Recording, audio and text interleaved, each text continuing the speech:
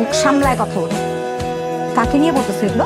আমার ভাই কোনোদিন এই সমস্ত কাজ করতে পারে? তোমার বউ ইচ্ছা করে বানায় বানায় আমার ভাইয়ের নামে এগুলো বলতেছে। আমি কিন্তু কালকে সকালে গিয়ে বাড়ি ছেড়ে চলে যাবো।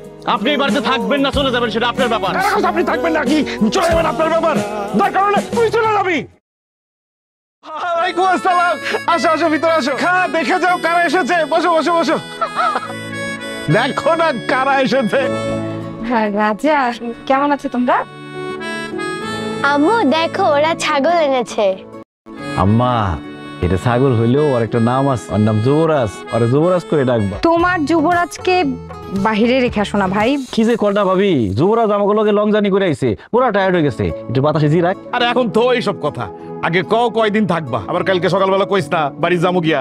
এবার যাওয়ার লেগে আসি নাই, এবার একদম থাইকা যাবো। রনি একটু শুনে যাও। দেখো আমি তোমাকে ক্লিয়ার বলে দিচ্ছি, এই গেঁয়ো ভূতগুলো যদি একই ছাদের নিচে আমার সাথে থাকে তাহলে আমি এই বাড়িতে থাকবো না। ওরা মাত্র এসেছে, একটা দুইটা দিন থাকুক, আমি ওদেরকে বুঝিয়ে বলছি। একদিন দুই দিন, তারপর 1-2 সপ্তাহ, 1-2 মাস, পরশুদিন তুলির জন্মদিন। ও আমার ছোট ভাই, কিন্তু ও সবকিছু করেছে জীবনে বড় ভাইয়ের মতো। হ্যাঁ আজকে আমি যে দাঁড়িয়ে আছি না রনি, এই জায়গায় পুরোটাই রাজার অবদান। তুলি, তোমাকে আমি ডাকছি, এখানে কি করছো তুমি? হ্যাঁ, এই আনকালচার লোকগুলোর সাথে থাকতে থাকতে তুমি একটা আনকালচার হচ্ছ। ঢাকা শহরের কাছে সব বিষ, কথা খায় মনে কথা বুঝছ না, তাই না? বুঝলাম না, এগুলো কি ছাগল এখানে কেন? আমরা মানুষ নাকি অন্য কিছু? গরু ছাগল সব একসাথে আমার ড্রয়িং রুমে। তোমরা জানো এই সোফার দাম কত? দাম কত জানো? আমি আর এই বাড়িতে এক মুহূর্তে থাকবো না। আপনি যে কি না, আপনি বুঝেন না যুবরাজ যেমন দামি সোফার মধ্যে বসাইছেন কেন? খালাম্মা আসসালামু আলাইকুম। তুমি রেখাদের বাড়ির নতুন কাজের লোক? জি, কাজ করি। তুমি কি একটু আমার বাড়িতে কাজ করে দিতে পারবে? তুমি বেতন নিয়ে চিন্তা করো না, তুমি যা টাকা চাও আমি তাই দিই। আপনার বাড়িতে কাজ করতে হইব তো টাকা পয়সা দেওয়া লাগবো না, আমি এমনিতেই কাজ করে দিয়ে যাবো। ও ভাইজান আসো বসো। বাসায় কালকে একটা অনুষ্ঠান আছে, তুলির বার্থডে। আমার তো ফ্ল্যাটটা শুরু না, রুমও নাই তেমন বেশি। ভাইজান তাহলে কি তুমি আমাকে বাড়ি থেকে বাইরে যেতে কইতাছো? শোনো রাজা, যেহেতু মেহমান আসছে তাদেরকে তো আমাদের থাকার ব্যবস্থা করতে হয়। তাই বলছিলাম তুমি আর রানী যদি ওই সিঁড়ির নিচে জায়গাটাতে একটু ব্যবস্থা করে নিতে কয়েকদিন থাকার জন্য, তাহলে খুব ভালো হতো। অবশ্য এটা কিন্তু ভালোই হয়, সিঁড়ি করে আলো বাতাস ভালো পাওয়া যাবো, আকাশ দেওয়া যাবো।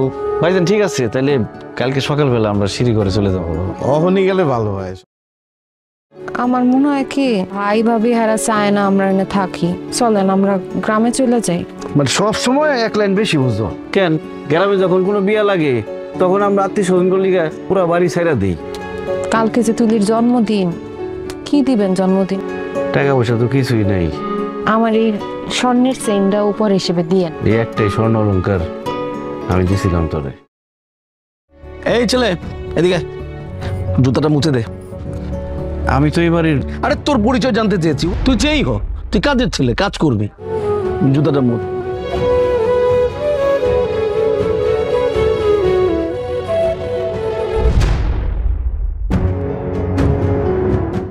তুমি কি কাজ করলে রেখা আজকে? হ্যাঁ তোমার ভাইকে দিয়ে আমার ভাইটাকে অপমান করা রে। যদি প্রয়োজন হয় আরো করব। আমি বুঝে গেছি রানী, এই বাড়িতে থাকলে ওরা তোরে কাজের বেড়ি বানাই ফেলাইবো। আমি তোরে কাজের বেড়ি হইতে দেবো না, আলাদা বাসায় ভাড়া রাখুন তোরে। এই যে কন্যা আপনি, কত বড় লোক আত্মীয় স্বজনরা আইছে, মেহমান আইছে, হ্যাঁ গো সামনে আমগো তো কাজের লোকই লাগে।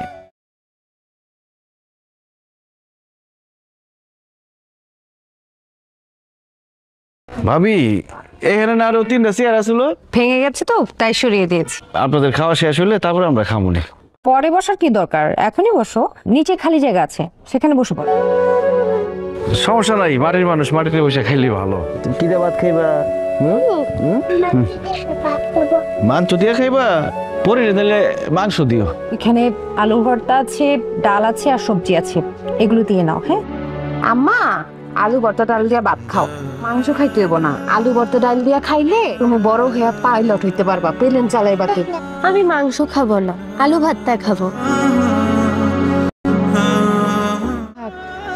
এত রাগ করেন না, এই বাড়িতে থাকতে হইলে কাজের লোকের মতোই থাকতে হইব। স্বপ্ন দেখছিলাম মায়াডারে বড় হইলে ডাক্তার বানাবো। মায়াডারে এখনো ভর্তি করতে পারলাম না স্কুলে।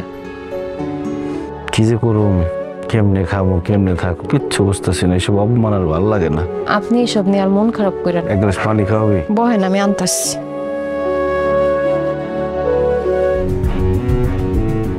রানী একটা বার সুযোগ দে, যত টাকা চাস আমি দিব। আমি পানি আনতে গেছিলাম, আমার খুব রাস্তাতে আমার জড়ায় ধরছে। দুলা ভাই, এই মেয়েটা অন্ধকারে আমাকে চাপড়ে ধরেছে। তোর এত বড় সাহস, তুই আমার বড় নিয়ে বাজে কথা কস, একদম মাটি লয়ে যায় না ভালো শহরের বাচ্চা। মুখ সামলায় কথা বলো। কাকে নিয়ে বলতেছে এগুলো? আমার ভাই কোনোদিন এই সমস্ত কাজ করতে পারে? তোমার বউ ইচ্ছা করে বানায় বানায় আমার ভাইয়ের নামে এগুলো বলতেছে। আমি কিন্তু কালকে সকালে গিয়ে বাড়ি ছেড়ে চলে যাবো। আপনি এই বাড়িতে থাকবেন না চলে যাবেন সেটা আপনার ব্যাপার। কারা কথা আপনি থাকবেন না কি চলে যাবেন আপনার ব্যাপার।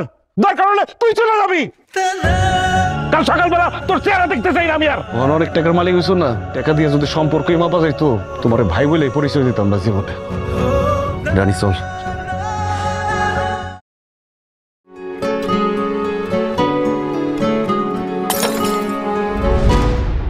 খালাম্মা, খালাম্মা দোকানে পড়েছে। খালাম্মা, খালাম্মা তো অজ্ঞান হয়ে গেছে, তাড়াতাড়ি হাসপাতাল নেওয়ার ব্যবস্থা করেন। আমার কাছে কোনো টাকা নাই। আপনার ভাইয়ের কাছে যান। খালাম্মা, ভাবি খালামারে হাসপাতালে নিয়ে লাগবো, কিছু টাকা লাগবো, কিছু টাকা দেন না। নাটক করার জায়গা পাও না তাই না? তোমাদেরকে না ঘর থেকে বের করে দেওয়া হয়েছিল, তারপর আবার কোন সাহসে আসছো টাকা নিতে? যাও বের হও। তোমরা যে আমাকে হসপিটালে নিয়ে আসলা, টাকা পয়সা কোথায় পাইছো? রানী করো যে ওর কানের দুলটা আছে ওটা স্বর্ণের, ওইটা বেচে দিচ্ছি।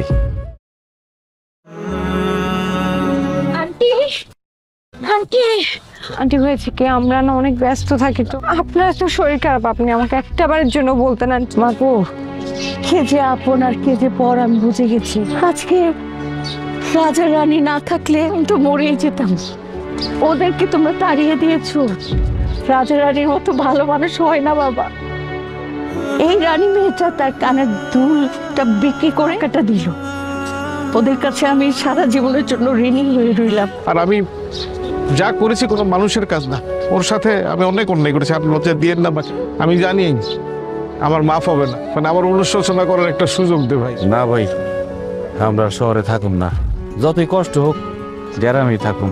আমরা আজকে চলে যাবো। তোমাদের কোথাও যেতে হবে না, ওদের নামে আমি একটা ফ্ল্যাট লিখে দিব। একটা ফ্ল্যাট দিয়ে দেবেন আন্টি? সবকিছু দিয়ে দিলেও তো কম দেওয়া হবে।